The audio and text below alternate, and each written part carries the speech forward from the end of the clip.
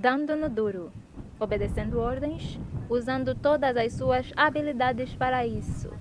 O filme começa com Helena, irmã da Viúva Negra, como bem sabem, dando uma porrada em alguns agentes que protegiam uma organização pertencente a Valentina de Fontaine.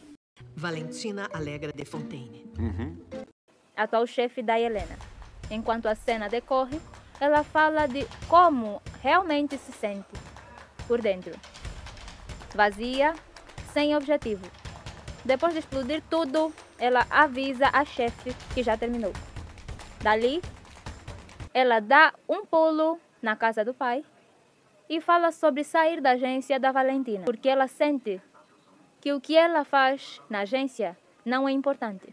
E o pai dela fica admirado e diz que daria tudo para poder trabalhar com a Valentina.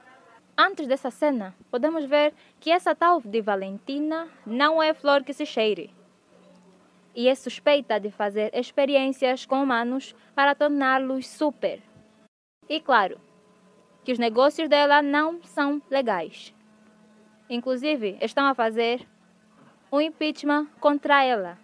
Voltando para a Helena, quando ela sai da casa do pai, recebe uma ligação de Valentina, que a encarrega de mais um serviço.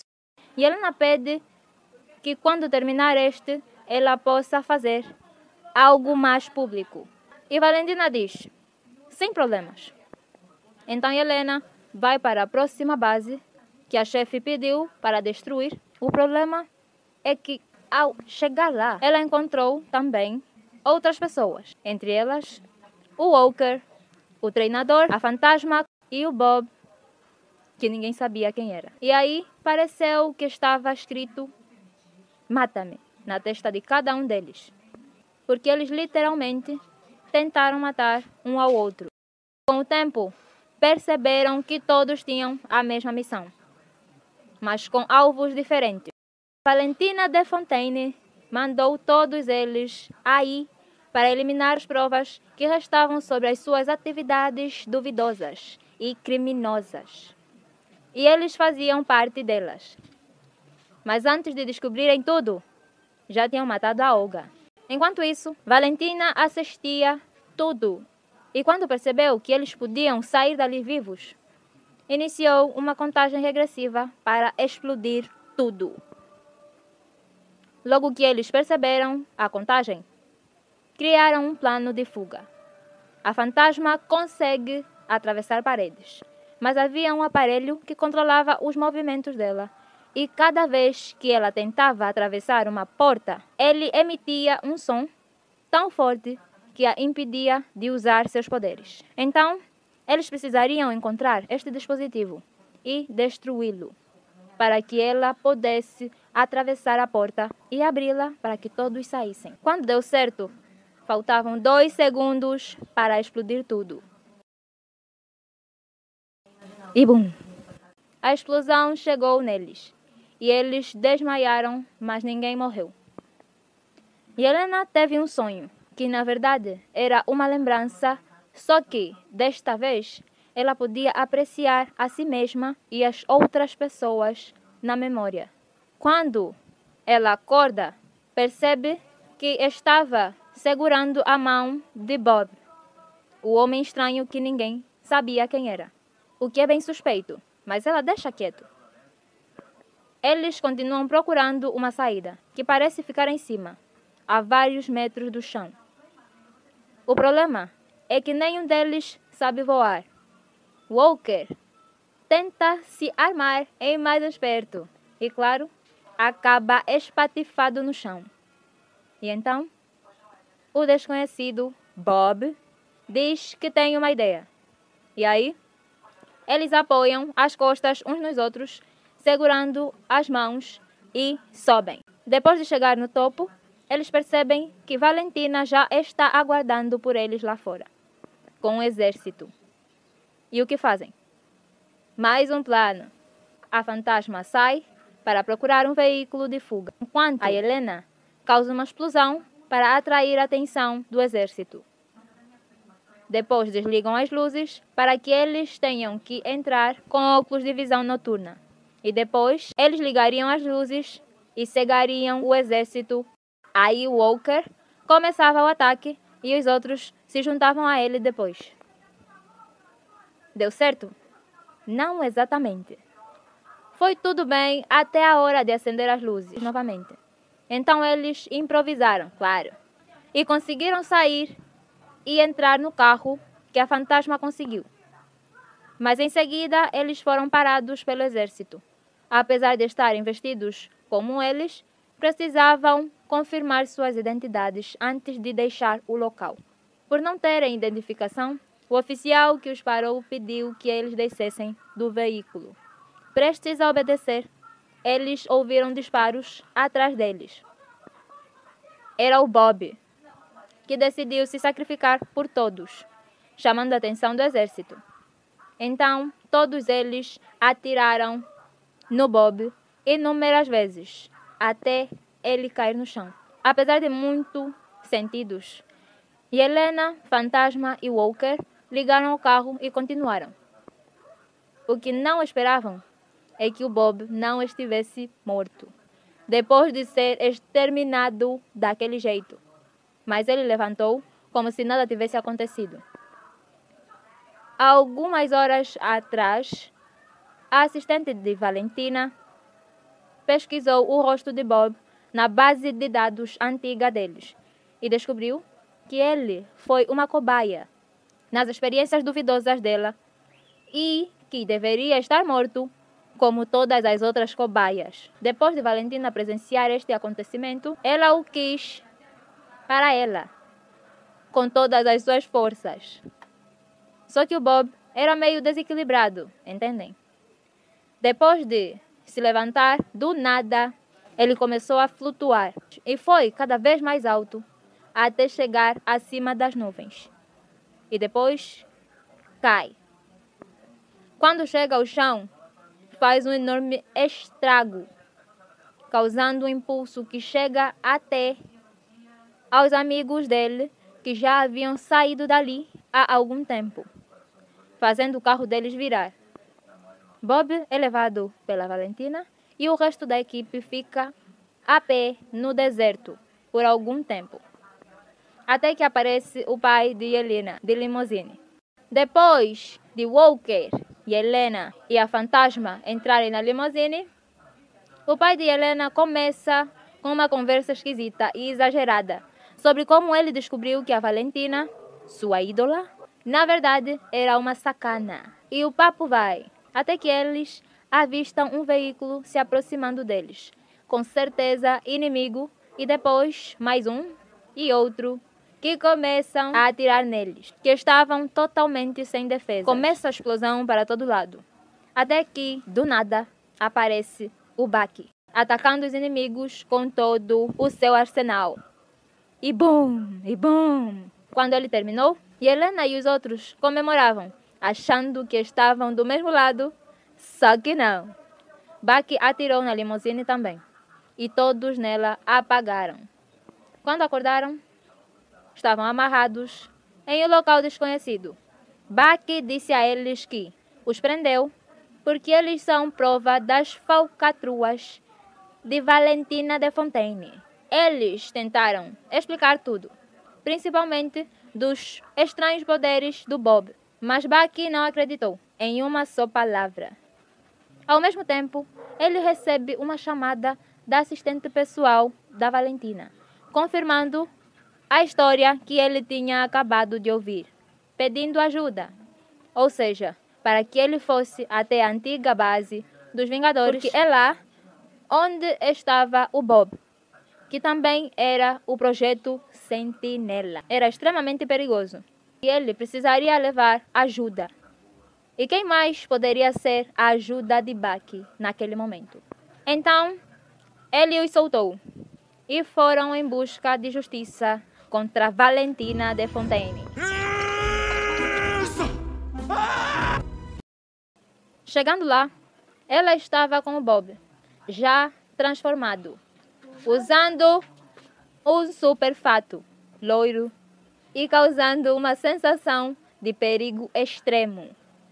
Eles tentam convencê-lo de que a Valentina não era uma boa pessoa e que ela iria fazer mal para ele. Mas ele nem presta atenção nisso. Bob diz que agora o nome dele é Sentinela e que ele descobriu quem é de verdade. A seguir, vocês sabem, a equipe do Bucky leva uma surra, mas uma boa surra, e acabam por se recolher bem rápido. Depois de conseguirem sair do edifício, eles discutem sobre voltar e lutar ou desistir, e sem perguntar mais nada, Yelena se afasta da equipe e vai-se embora. O pai vai atrás dela e tenta convencê-la a voltar e lutar. E ela diz a ele que não se sente capaz e que ela não é nada. O pai diz a ela que ela só está perdida, mas que a luz que ela tinha quando era criança é a luz que ela tem agora. E é muito fofo. Enquanto isso, Bob se desentende com Valentina. E a pergunta por que ele deveria obedecê-la, se ele era um deus. Ela mesma é que tinha o convencido disso. Agora, o feitiço virou contra a feiticeira. E quando ela sente que ele vai perder o controle e está prestes a atacá-la, ela tenta desligá-lo, como se ele fosse um robô, e se dá mal. Mas a assistente fiel dela a salva desligando Bob. O problema é que ele consegue se ligar novamente, mas diferente, claro. Ele fica todo preto, como se fosse uma sombra. Sai da base e começa a atacar os civis, transformando-os em sombra, assim como toda a cidade, os edifícios e tudo o que estivesse no caminho dele era transformado em sombra. Yelena e os outros tentam ajudar a população. Ao mesmo tempo que o Bob se aproxima, as coisas começam a cair e, com a confusão, várias pessoas ficam em perigo. Em um momento, Yelena começa a pensar que talvez a única forma de impedir que toda a cidade seja engolida pela escuridão seja entrar nela. Então, ela fica parada e espera ser engolida. Quando acorda, ela se vê mais uma vez presa em um looping, num dos momentos mais difíceis de sua vida. Ou seja, a primeira missão dela na Sala Vermelha, que ela teve que atrair uma criança para que outro agente a eliminasse. Ela tenta intervir, mas sem sucesso. E então ela decide procurar uma saída, enquanto chama pelo Bob. E passa para outra memória, até que o Bob que ela conheceu, o Bobinho estranho, apareceu num espelho. E Helena perguntou se eles poderiam conversar. E ele aceitou. Os dois conversaram sobre como lidar com os problemas e esconder suas mágoas afetava a vida deles. E Helena havia dito a ele, quando se conheceram, que ela preferia guardar tudo para si mesma e que fazia de tudo para não pensar nos problemas que tinha. Mas agora ela sabia que não precisava mais de fazer isto, porque não estava mais sozinha, e que esta era a nova forma que ela encontrou de lidar com as dores do passado, e que ele podia fazer o mesmo. Bob disse a ela que não conseguiria lutar contra outra parte dele, a ruim, que era a responsável por toda a destruição que estava acontecendo. Mas ela o convenceu que ele conseguia e que deveria tentar, mesmo com medo. Foi quando os objetos à volta deles começaram a atacá-los. Enquanto isso, fora da escuridão, estavam a Fantasma, o Walker, o pai da Yelena e o Bucky, que perceberam que com certeza a Yelena não se deixou engolir em vão e decidiram fazer o mesmo. Yelena e Bob tentam achar uma saída enquanto continuam a ser atacados. Fantasma e os outros aparecem para ajudá-los. Foi aí que o lado negro do Bob decidiu aparecer, provocando o Bob bonzinho. Apesar de ser tão meigo a maior parte das vezes, desta vez o Bob bonzinho não deixou barato. Ele foi para cima do Bob das sombras. E Helena disse a ele que era exatamente isso que o Bob mau queria que ele fizesse e que ele precisava parar. Mas o Bob bonzinho não parava. Então Helena teve que correr até ele. Enquanto isso, as coisas começaram a impedir o caminho para que ela não conseguisse chegar até eles. E o chão se abria, os objetos voavam na cara dela, mas ela não parou, até que conseguiu chegar onde os dois Bobs estavam. Ela implorou que Bob parasse, enquanto o abraçava e dizia: "Você não está sozinho, Bob." Várias e várias vezes. E os outros fizeram o mesmo. Correram até o Bob e abraçaram-no, todos ao mesmo tempo, e puxaram-no até que finalmente conseguiram.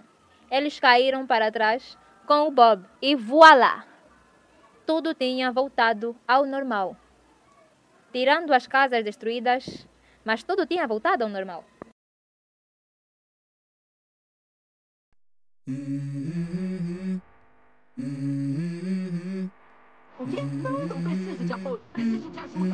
Let's go.